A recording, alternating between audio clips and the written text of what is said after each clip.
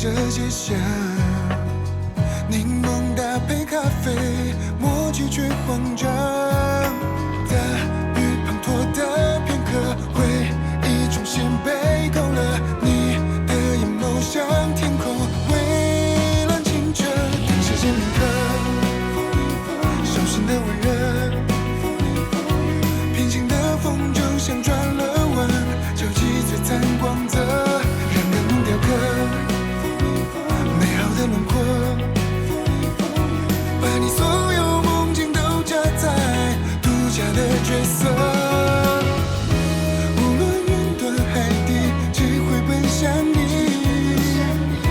瞬息万变世界，想把你冲击。潮汐涌向岛屿，我坚定走向你，哪怕月落心意。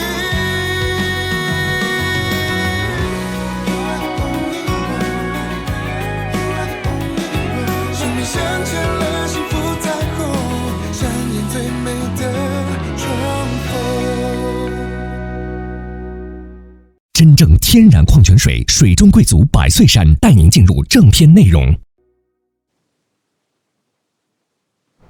真的，医生真的这么说的？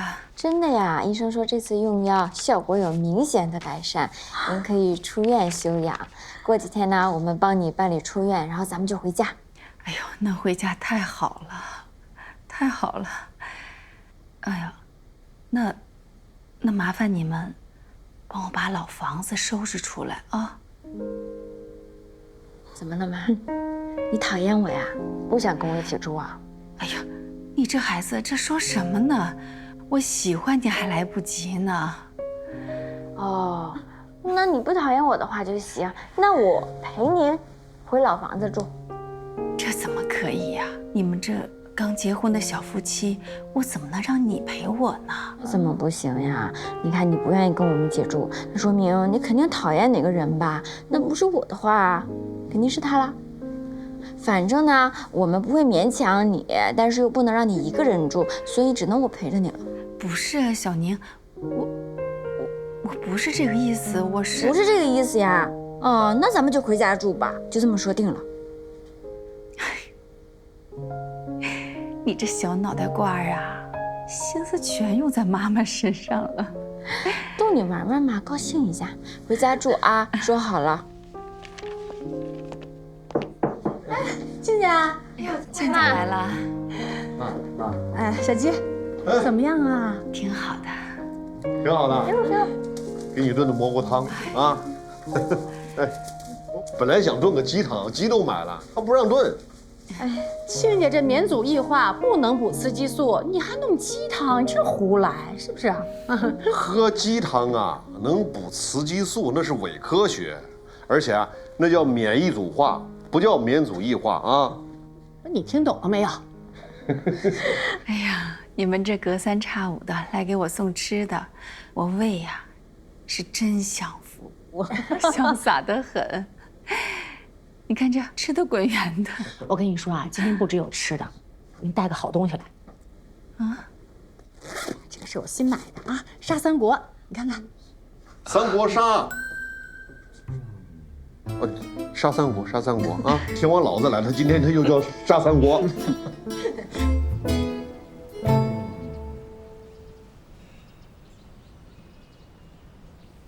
其实我还挺羡慕你和你爸妈之间的关系。我跟我妈，其实，在咱们俩好之前啊，我们俩之间的关系比现在还要糟糕。之前我有3年的留学经历，直到去年，因为她生病了，才回到了京城。其实我妈一直就觉得她不太了解我，我也一样，我也不知道该怎么跟她亲近。还来得及。等咱妈出院了以后，你多花些时间陪陪她。她现在身体一天比一天好，就是老天给你的机会，你要抓住这次机会，别给自己留遗憾就好。听明白了。领导，厉害啊！周洋酒店可是块硬骨头，江总走之前一直惦记这事儿，没想到你刚接触合同，这不到1个月就拿下了。运气成分在，主要是靠大家一起的努力。师哥，你太谦虚了，所有人都知道那个老板有多难搞，你这么快就能搞定，那肯定是个人业绩。小唐，咱们在银行工作呀，还是尽量不要议论客户，尤其是不能给他们贴标签。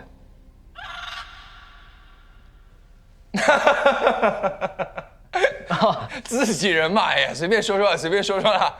师哥说的对，我下次注意。哎，领导，他谈这么大个业务，晚上是不是得搞点庆功宴？哎，择日不如撞日，就今晚。明天周末我得带我妈去老家去扫墓去，今天晚上需要回去准备准备。这样吧，等咱们合同正式签订了，庆功宴我来安排。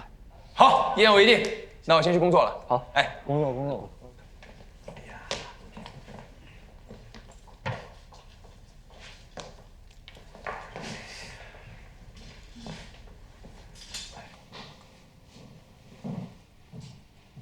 师哥，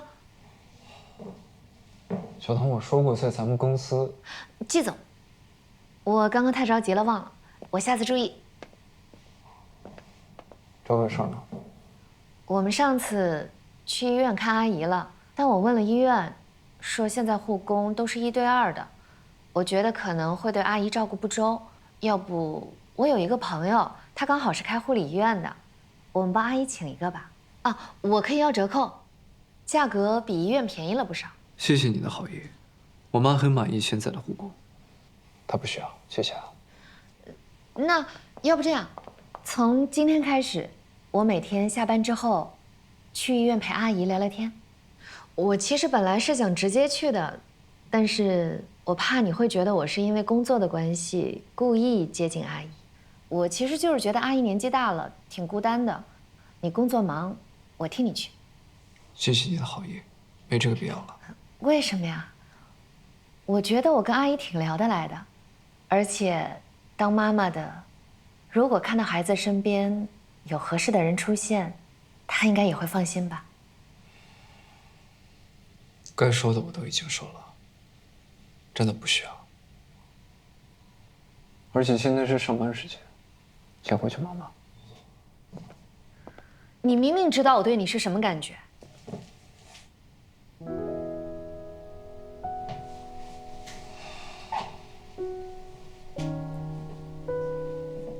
工作时间本来不应该说这些，但为了避免之后的麻烦，我想我还是应该把话说清楚。我有喜欢的人，我们没有可能。是谁啊？季总，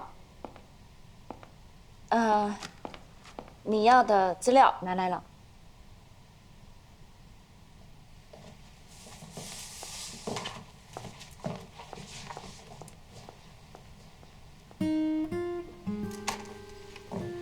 听到了？态度很坚决，表现不错。还给我。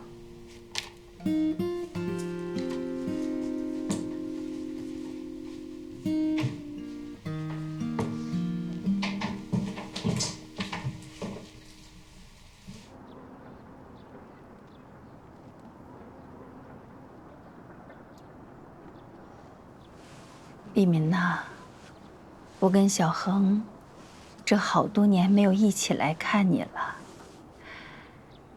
以前我自己来，每次都跟你絮絮叨叨的说好多他的事情，每次都跟你说下次要带他一起来，糊弄了你这么多年，别怪我。你看，我今天就说话算数，带他来看你了。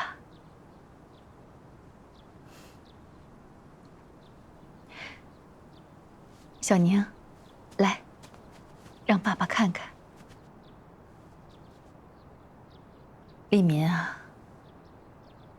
这是我们儿媳妇，小宁。小宁人好看，心眼儿好，是个好孩子。有她陪着小恒，我们都可以放心的。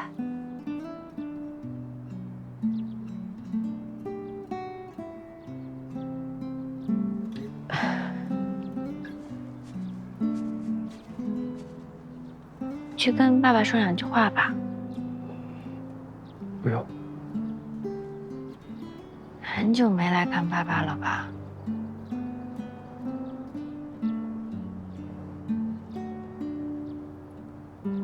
去吧。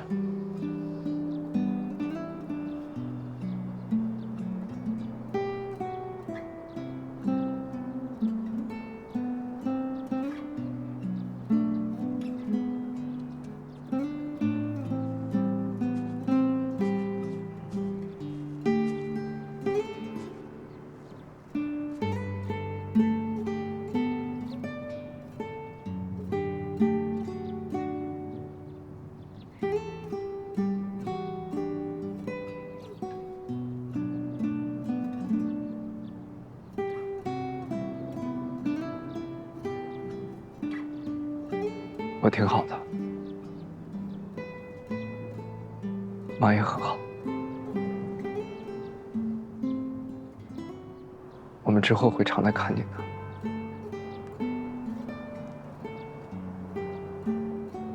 爸。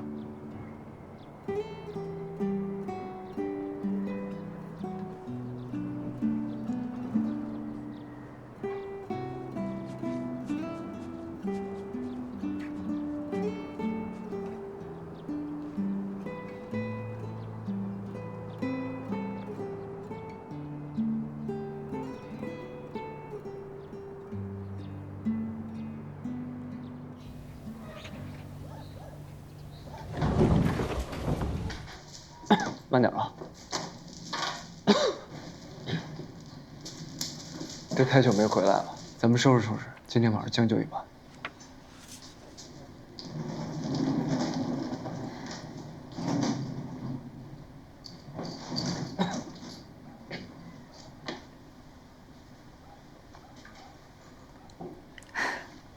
全家福嘛，那是小恒8岁生日的时候拍的，在院子里拍的。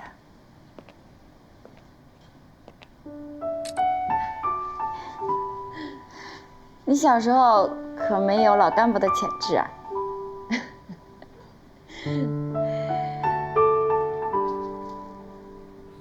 妈，你这饺子馅弄得可真香啊！我离这么老远都能闻着香味儿，怪不得玉恒喜欢呢。那配料都给你了，过程你也都拍了，你那么聪明，琢磨2次就会了。你包的他肯定更喜欢。我可没这个自信。您刚才不是说吗？他小时候吃2口，就哪怕是少放了2滴香油都能吃出来。啊，我肯定不行。那会儿啊，我只要一包饺子，他就招呼玩得好的朋友到家里来吃。全是男孩儿，那都是长身体的时候。我这饺子一出锅，一眨眼就没了。然后他们就说他个子高啊，都是让饺子给催的。他初中的时候啊，那个头在班上是数1数2的。那会儿爱打球，每天放学呢，都要打那么1、2个小时，运动量大了，人就不容易胖了。有一段时间看着呀，就跟营养不良一样。他自己照照镜子还说呢：“哦，我怎么像个豆芽菜？”妈，我听您说他小时候感觉很逗很可爱，跟现在好像不是一个人。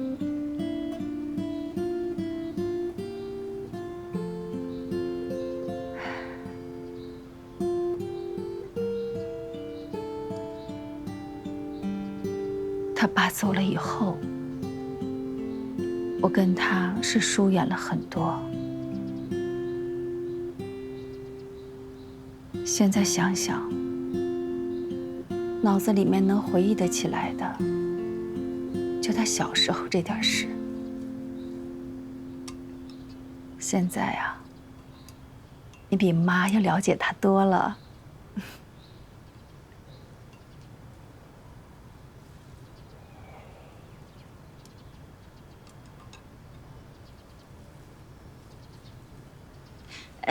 妈，你看这个包的还可以吧？这个还行。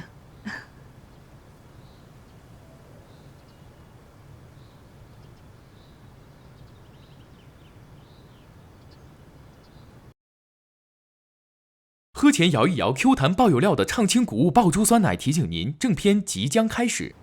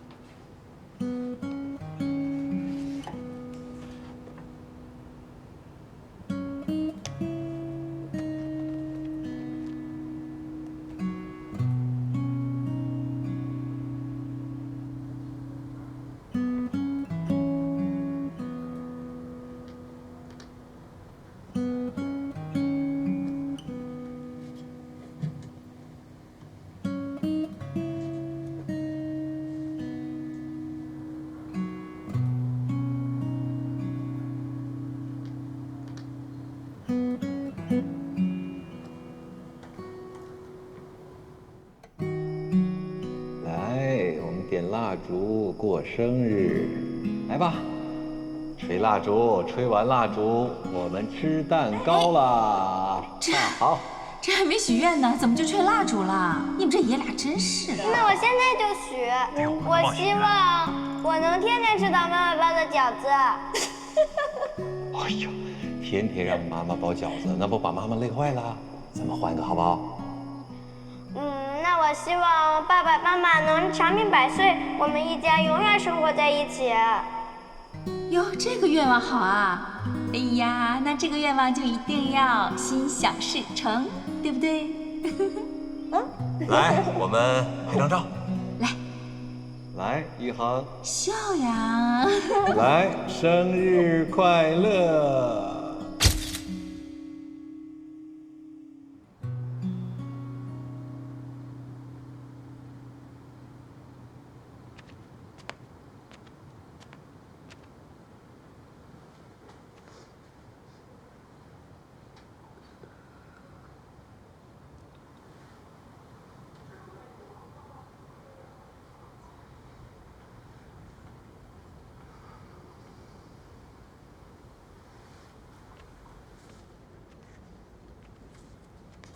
妈，怎么还没睡啊？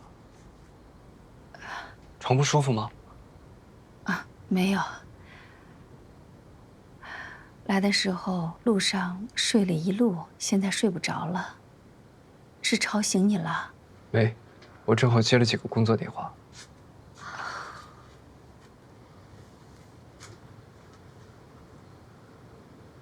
这是你爸爸留下来的东西。睡不着，拿出来看看。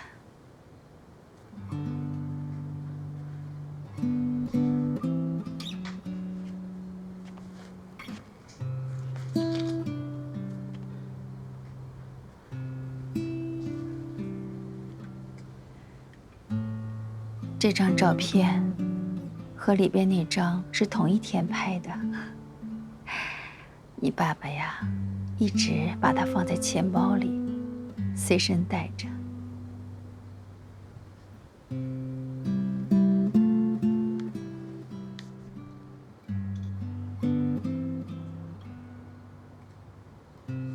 这是我们说起去云南的事儿之前，我先许了一个愿，我说我想每天都能吃到妈妈包的饺子。我爸说不行，这样你会太累了，他让我换一个。你居然还记得？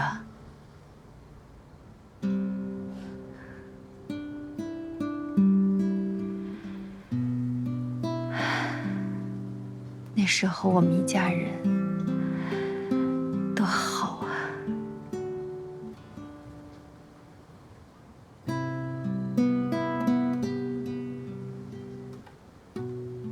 其实，今天给爸爸上坟的时候，我看出来他有心事了。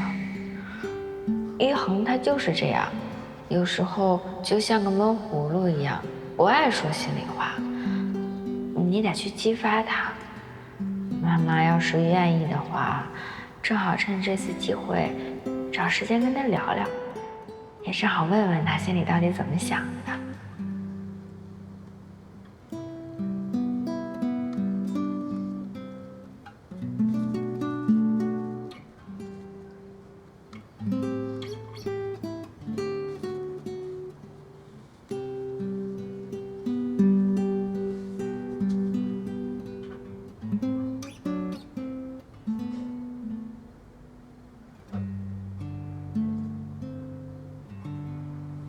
小恒，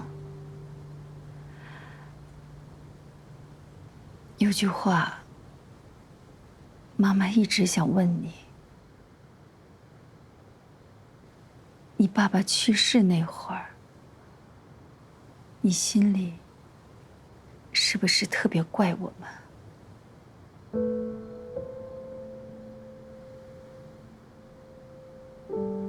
爸爸自杀了。妈妈崩溃了，整天要死要活的。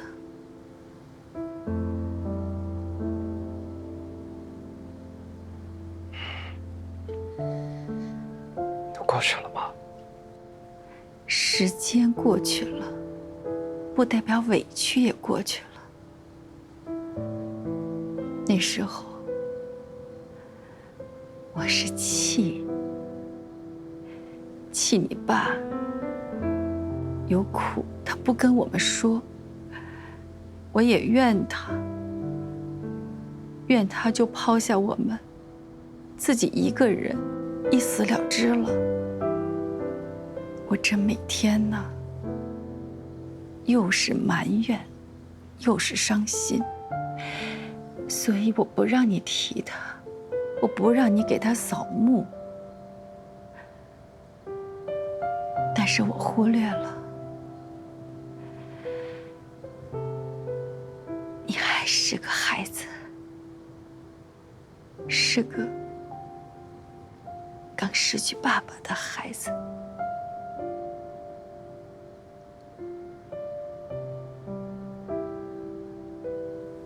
那会儿你又要学习，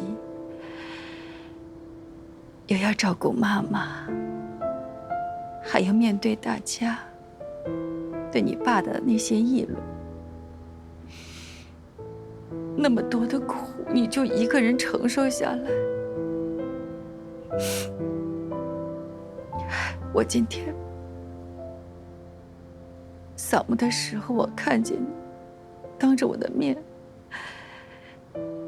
都不知道用什么样的态度跟你爸说话，都是因为当年我。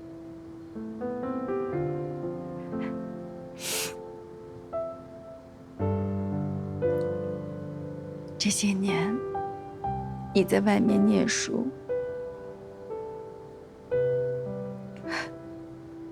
可是除了饺子，我都不知道你还爱吃什么，我也不知道你喜欢什么，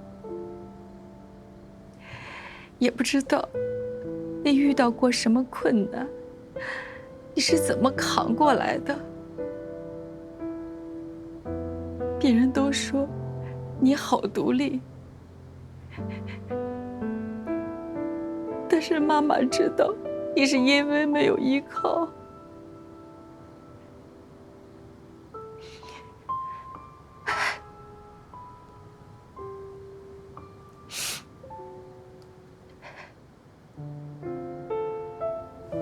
小何，这么多年，妈妈欠你一个道歉。对不起啊，这些年你一个人过得很辛苦吧？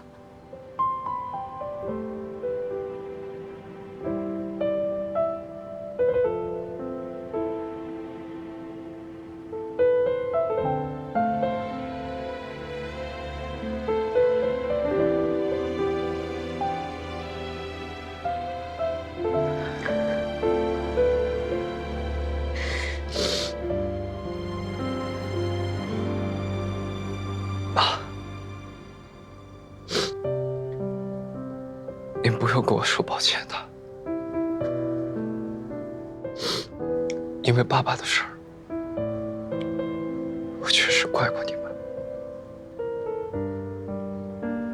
怪他说走就走，我怪你不够关心我。其实我特别不理解，为什么我爸走了，你会那么崩溃？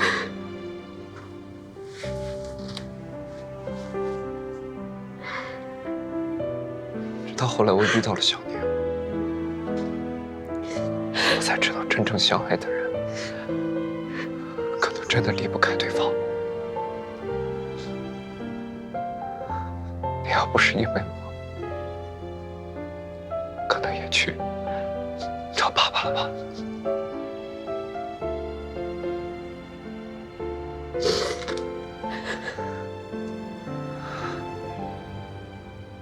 爸，这些年咱们娘俩慢慢的疏远，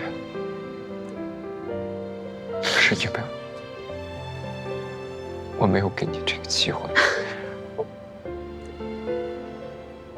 对不起啊，妈，这些年你一个人也很孤单。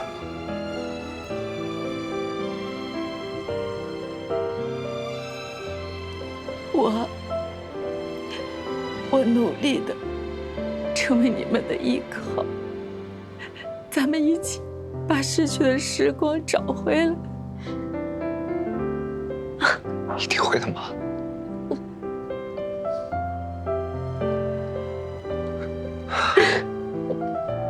一定会的。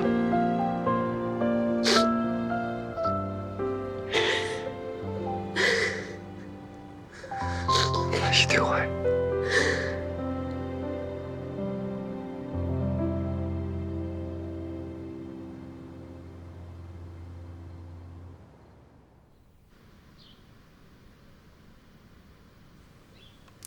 小妞跟你说啊，他们家这瓜子味儿啊特别好。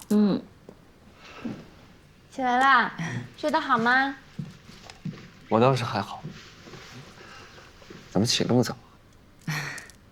小宁啊，说她昨天一个晚上都没做梦，睡得沉，所以起得早。哎，桌上有早餐，你去吃啊。你们吃过了？我们都吃过了。妈，昨天晚上您睡得还好吗？我睡得挺好的。今天正好有时间，要不我们陪您去镇上转转？哎呦，你就别陪我了，带小宁啊，出去好好转转。我呢，一会儿想再去趟墓地。难得回来一趟，我呀，想和你爸爸再说说悄悄话。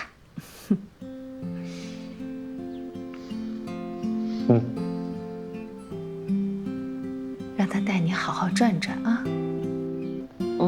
好。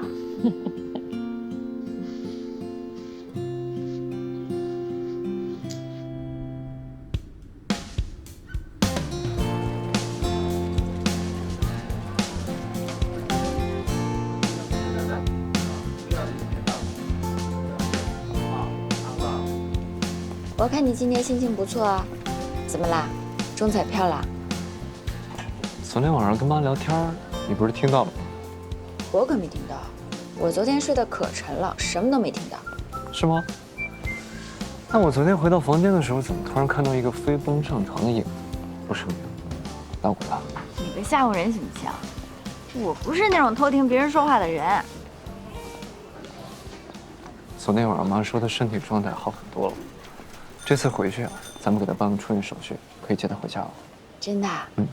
怪不得今天要一个人去找爸聊天，说点悄悄话，好事儿。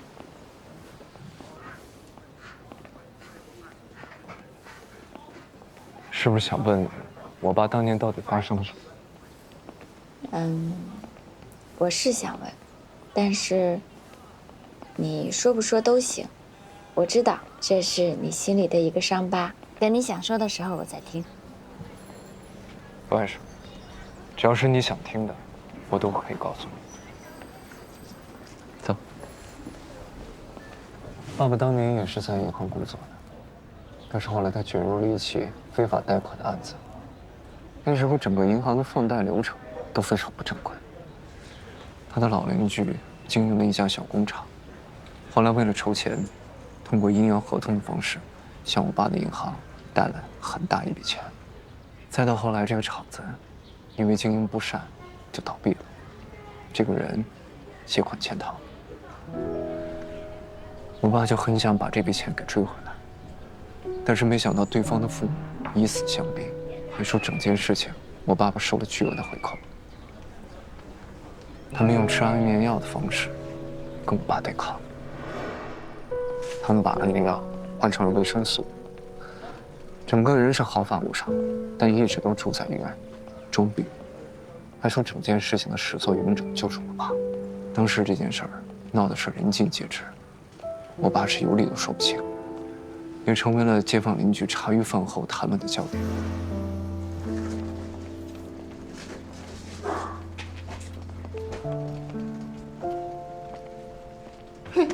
小安，不好了，不好了，你爸爸出事了，身上全是血呀！赶紧回去看看。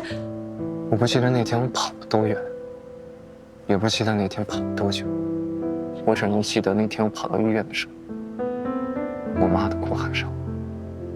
我爸是个自尊心很强的人，他特别想要证明自己的清白。那是春天的一个傍晚，他选择了跳楼。他选择了用自杀的方式，洗刷了自己的冤屈。但是他走了以后，我妈她崩溃了。在很长的一段时间里，我妈都处在崩溃的边缘，根本就没有办法正常的过日子。所以我们在天坛见面那次，就是那个时期。是。那时候我感觉全校的同学好像都在议论，应该说是鄙夷我吧。所以那段时间我经常一个人去天台，什么都不做，就坐在那里，看着远方。我也不知道未来的路到底应该怎么走。在天台上看着晚霞，就像是那天我爸自杀的时候那样。其实我特别希望这是一场梦。放学回到家，我爸我妈能够说说笑笑的去迎接我。结果还被我误会了，我以为你要跳楼。不瞒你说，那时候有过这个想法，但是一想到我妈那么崩溃，我知道我不能那么做。所以那段想死又不能死的日子，是我人生当中最灰暗的一刻。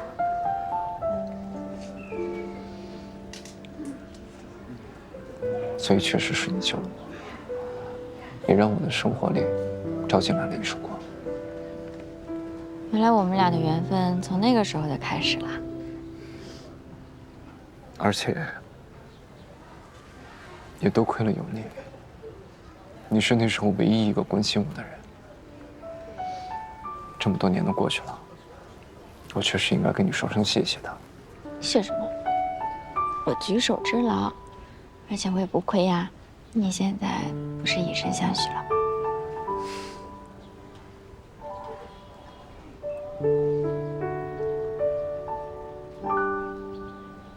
再到后来，我就立志，想要到内控合规部工作。多少也是受了我爸的影响。我希望能够再努力一点，能够让整个行业的流程变得更规范，也更透明。哪怕我只能做一点点的贡献，说不定就能阻止一个家庭的悲剧了。所以，你从高中的时候就已经做好这个决定了。只是我觉得很可惜，爸爸他并没有看到我进到银行系统。也没能看到我从内控到了1五口，更没能亲眼见到他的儿媳妇儿。这个娃娃真可爱。对，这个应该放到房间里摆起来。挺可爱的。我想到一个地方，带你去。好。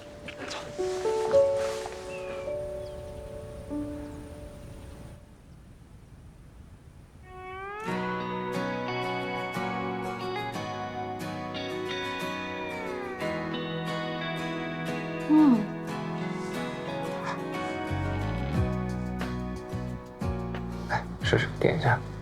原来你真的会弄啊！我以为你就说着玩的呢。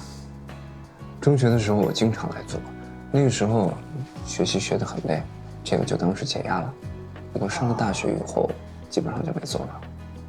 原来那个白月光泥塑娃娃是他亲手做的。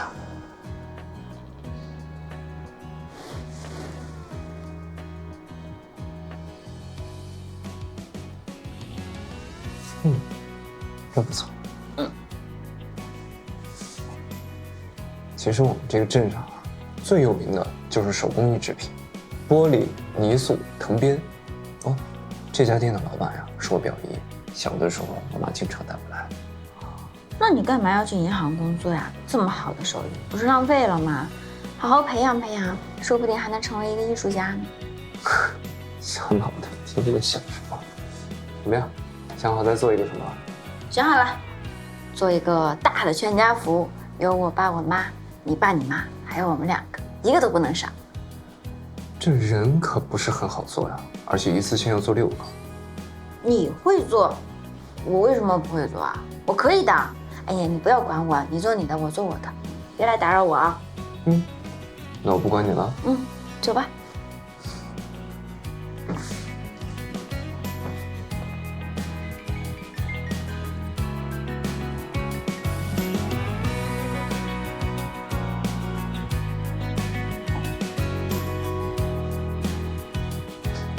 做的怎么样了？做好啦，你看。嚯，还不错呀。那当然。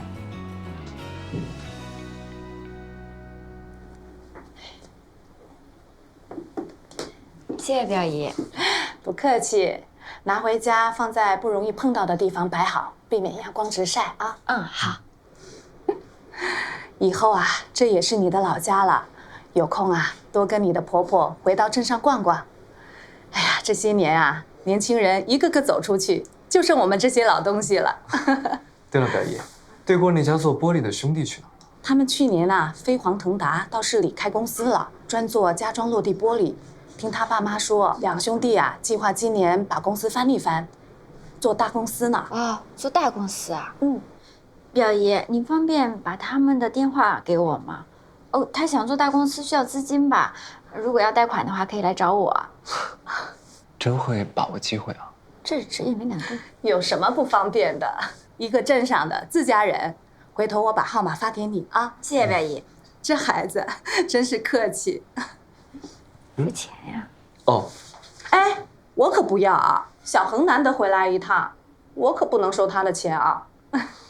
小恒啊，以后啊多带妈妈回来，让我们老姐妹啊有机会聊聊天就行了。行，没问题。那我就谢谢表姨了。哎呀，客气啥？好，那我们走了。表姨再见。走了，表姨。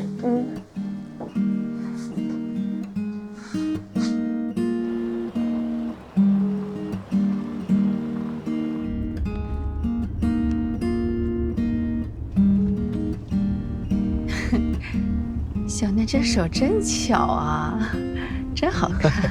妈，您是不知道，小宁呢不光是手巧，心思还很活络。刚刚我们做这个泥塑的时候，还想着发展一下客户呢。当着妈的面你就别寒碜我了。没关系，我呀就这么坐着，看看夕阳，吹吹晚风，再听你们呀聊天逗趣，开心着呢。妈，等有时间咱们自驾游北上，去大草原吧，你肯定喜欢。好啊。养身体养得差不多了，咱们呢，叫上你爸爸妈妈，咱们一家人出去自驾游去。啊。哎，要不我去学个车吧？我现在这个年龄还能学吗？当然可以了吧。那我陪妈练车。好。哦，对了，妈，明天岳恒要出差2到3天，签一个合同。等他回来了以后，我们就去医院接您回家，正式回家了。太好了。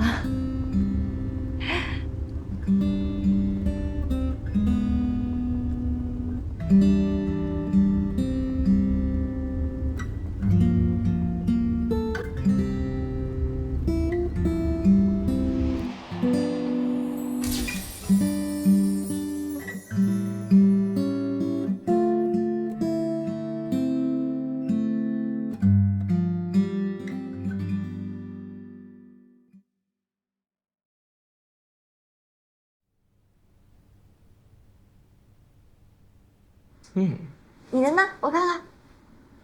要我说，你干这行呀，可惜了。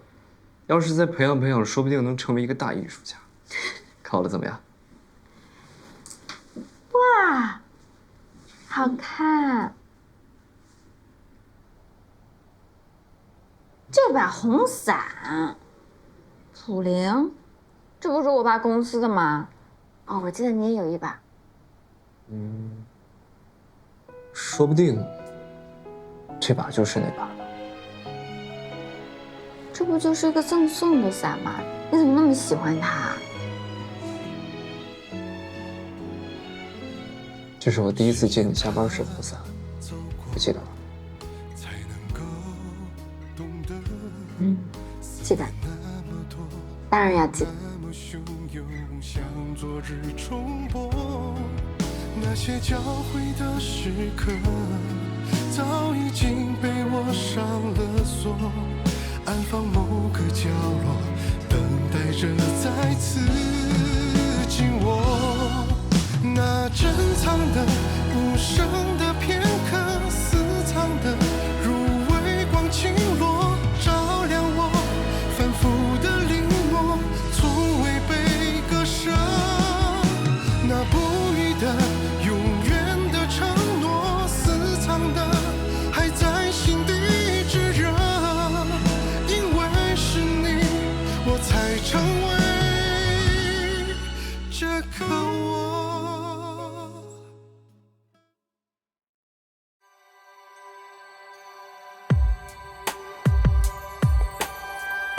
夜色吞没黄花，只剩影子紧跟。你是那盏